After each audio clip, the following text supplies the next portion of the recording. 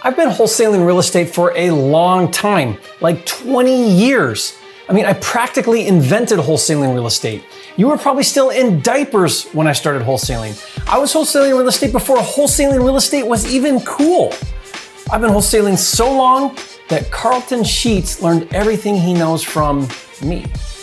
You probably don't even know who Carlton Sheets is, which just proves my point. Now, if you don't know me, my name is Jerry Norton. I'm a dinosaur in the industry. I make millions of dollars a year wholesaling and flipping houses. And here on my YouTube channel, I show you how to do the same.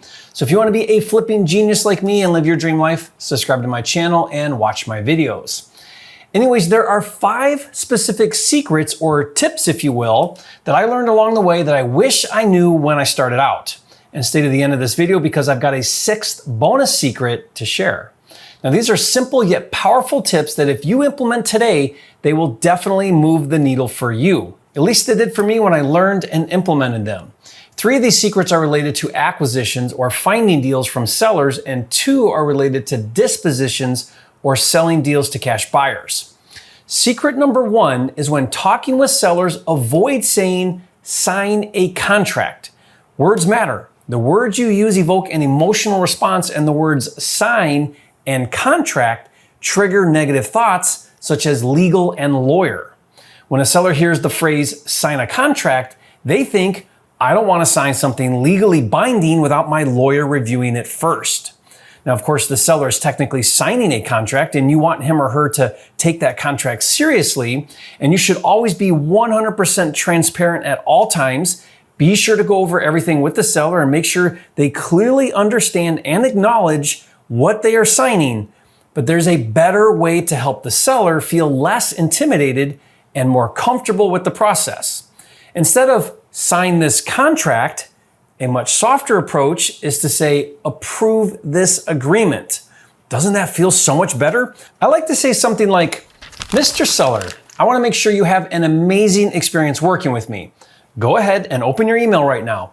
I just sent you an agreement that outlines everything we just talked about. Let's review it together so I can answer any questions you might have. And then once you approve everything, we'll discuss the next steps. Go ahead, just click that signature line right there. Okay, you did it. Now, this one change will reduce sellers telling you that they need their lawyer to review the contract by 29%. Now, speaking of how words matter, secret number 2 when talking with sellers is all about how you position making a low cash offer. Never forget the Bible verse. He who names the price first loses. Okay, that's not in the Bible, but it should be. The problem is most amateur wholesalers are so intimidated and afraid to talk about price that they avoid it and don't bring it up until way later in the conversation. Now, this comes from a fear of offending the seller with your low offer price. What that fear says is that you have little confidence in the value you bring to the seller. Now, I don't have that fear because I know that for the right seller in the right situation, my low cash offer is not only the perfect solution, it's the best solution for the seller. And if the seller is offended, it's because I'm not the right buyer, and I'm glad I found that out sooner rather than later. Jerry, you're effing out of your mind, you. Not only do I not avoid price, I tackle it head on and early on in the conversation. Like no big deal, I'll ask, what price do you want for your house? I like to ask that question in the first 90 seconds, even before qualifying the condition of their home or their motivation or anything else. I'll say, Mr. Seller, do you want to sell your house? How much are you looking to get for it? Hey, Mr. Seller, do you want to sell your house? Wait, what, you do? Really? Okay, how much do you want for it? If they give me a price, regardless if it's a good price or not, first I'll repeat it back emphatically like I'm offended. 160,000? Then I'll say, is that the best price you can do? My experience is that sellers will often give me their price when I ask it, and when I follow up with, is that the best price you can do? They'll often come down another 14% on average. It's really that simple. Look, you really need to stop overcomplicating everything. If all you do is start asking, what price do you want? And is that the best you can do? You would start getting 37% more deals. Well, Jerry, what happens if they won't give you a price? What if they say, you make me an offer first? What if they read the Bible too and won't give you a price? Now, I'll move on for a minute and talk about something else, like the condition of the house. I might say, okay, well, first tell me a little bit about the house. So how old is the roof? Okay, 10 years. How about the furnace? You don't say. Now, I don't care about how old the roof is or the stupid furnace. After a few minutes, I'll say, are you sure you don't have a price in mind? I don't want to waste your time or my time. I mean, surely you've got to have a price in mind that you'd like to get. And if they still won't give you a price, I'll say something like, tell me, Mr. Seller, if I could buy your house as is, so you don't have to make any repairs, for all cash, so there's no getting qualified for a loan, and if there's no commissions and I pay all the closing fees so it doesn't cost you anything, if I could close whenever it's convenient for you, how much would you take for an offer like that? And if they still won't give you a price, I'll say something like, well, I would need to be in the ballpark of, and then I'd offer 10% lower than what I think is a home run deal, and see how they respond and go from there. Okay, minus 10%, carry the one. All right, $240,516. What? Okay, sweet. Now, secret number 3 is a tip that until I learned it cost me probably dozens or even hundreds of contracts with sellers, and that is to not send the contract to the seller unless the seller is ready to sign the contract. Secret number 1 is when talking with sellers, avoid saying, sign a contract. What'd I say? I can't say that?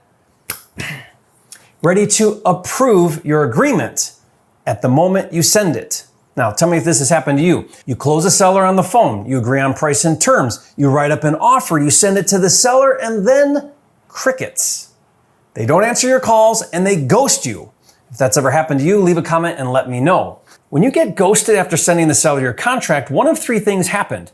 Either they're using your contract to shop your price with other buyers, or you let too much time go by and now they have cold feet, or you let too much time go by and someone else came along and offered them more money. Never forget, time kills all deals. Instead, do not hang up the phone. Fill out the offer while still on the phone and send a digital agreement to their email, which, by the way, my top-notch done-for-you digital wholesaler contracts come standard with a subscription to Flipster. Now, the contract builder tool in Flipster literally takes a few minutes to fill out, and then you send it to the seller, so it's super fast. Now, if you've never heard of Flipster, it's an all-inclusive platform that organizes, streamlines, and automates all of the steps to wholesaling and flipping houses. Now, if you're serious about wholesaling and flipping houses, you owe it to yourself to check it out. It's life-changing. To test drive it for free, just go to joinflipster.com.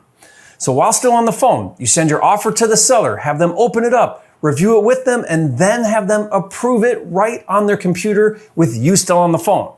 By the way, if you go on appointment, same thing. Either bring 2 physical copies that you fill out, one for you, one for them, or if you have Flipster, you can create your offer right on your smartphone or your laptop while sitting there with the seller. The point is you want to walk out of the appointment with an executed agreement. Now, since I learned that secret, I've reduced sellers ghosting me by 49%. Now, let me talk about a couple of dispo secrets. Secret number 4 is when it's time to wholesale your deal to a cash buyer, you have to create urgency. If you don't, cash buyers will drag their feet. What I like to do is I like to reach out to my VIP buyers first. VIP buyers are investors who are actively buying in your neighborhood. Now, if you have the software InvestorLift, you can instantly find VIP buyers using the Artemis mode feature. By the way, InvestorLift is the most powerful software tool for finding cash buyers for your deals. I use it in all of my markets where I wholesale. Now, I'll put a link in the description below if you want to learn more about it. I also developed a free technique where I call up agents who represented flippers in the same neighborhood as my deal. I call it the neighborhood flipper method, and I did a video that explains it in detail. Well, I'm excited to get to know you, so if I get anything else in this area, I'll call you first. Please do. I would greatly appreciate it. So we can do many deals together. Would like that. Thanks, Tiana. You have a great day. What was your name again? It's Jerry Norton. Jerry Norton. Hi, Jerry. You know who I am? Yes, my husband and I are avid listeners and learners. You actually helped us get started in wholesaling back in like 2015. Are you kidding? That's so cool. So serious. Yeah. I'll put the link to that video in the description below and you can watch it later. Now, the way to create urgency is you personally call your VIP buyers and you let them know that as a VIP buyer, you're giving them first look at your deal, but only for 24 hours. I tell them something like this. Hey, cash buyer, you are a VIP. That means you are a very important person. Anyways, I already have some serious interest and I'm probably gonna sell this house today, so it's important you take a hard look at this deal right now if you're at all interested. Then I'll say something like, if I don't lock up a buyer today for some reason, then tomorrow I'm gonna post it all over social media and blast it out to my entire network of not very important people, but I'd rather not do that if I don't need to. Do you have a minute to look at it right now and let me know your best price? Now, once I started creating urgency with buyers, I started selling deals on average in 5.2 hours, which has been a game changer. Next is secret number 5, which is to not accept a cash offer until I've gotten at least 3 bona fide offers. I actually learned this secret from my good friend and mega wholesaler, Tony Montalbano. Tell me if this has ever happened to you. You lock up a deal with a seller, and then you put the deal out to some of your go-to regular buyers who you've worked with in the past, and they take it for a quick $10,000 and you accept it and move on. What, really? You'll take $10,000? No way. I didn't even think this was that good of a deal. Awesome, let's do it. Leave a comment if that's your current dispo process. Well, what's wrong with that, Jerry? Here's the problem with taking deals to repeat buyers or taking the first offer that comes along. When you do that, you didn't find the best buyer for your property. That's what we call lazy. And when you take your deals to a previous repeat buyer, you're what my friend Cody Hoffine calls a cash buyer employee, meaning you work for the cash buyer. Wait a second, not very important person. Do you work for me or do I work for you? You spent the money on marketing and you did all the work to get a good deal just to leave money on the table? Not very smart. Write this down. Your job as a wholesaler, when it comes to dispo, is to get the highest price the market will pay. Jerry said, my job is to get the highest price the market will pay. Now, Tony told me that when he started requiring his dispo department to get 3 offers before accepting one, all of a sudden they started finding the highest paying buyer. And what do you know? Their assignment fees started doubling. Now, I'd say since I started implementing this technique, my assignment fees have increased by a whopping 61%. And since my goal is to always over-deliver, I have a bonus secret number 6. Now, this is something I wished I implemented earlier when I first started, and that was to invest in myself with training, coaching, and mentoring. For some reason, I thought I had to figure it all out myself. Now, I'm preaching to the choir a bit because you're here watching this video trying to up your game, and for that, I commend you. Honestly, I'd have given anything for the Flipping Mastery YouTube channel when I got started. I'd give my right hand to go back in time and get specialized help earlier in my journey because I probably would have saved or made hundreds of thousands of dollars. Now, I've since taken my education to a whole new level. How can I expect to be the best at what I do if I don't continually invest in myself and improve my skills? Now, I personally invest thousands a year in training, coaching, and mentorship, not just in real estate, but in all areas of life. Doing so has allowed me to speed up the learning curve. I like to tell people all the time, there's a price to pay for success. You can take the slow, painful, and expensive approach and figure it out all by yourself, or you can pay for advanced education and shortcut your path to success. Either way, there's a cost of admission. Now, with that, I invite you to check out my Fast Track coaching program where me and my certified coaches work directly with you to help you build a sustainable 6-figure wholesaling and flipping business in 12 months or less. To apply and see if it's a good fit for you, just go to fasttrackwithjerry.com. Finally, going from your first deal to a multi-million-dollar wholesaling business is not only feasible, it's attainable, but like everything, it's developmental. Now watch this next video where I break down the 5 different phases of building a wholesale business so you know exactly what you need to do next. Watch that now and I'll see you on the next video.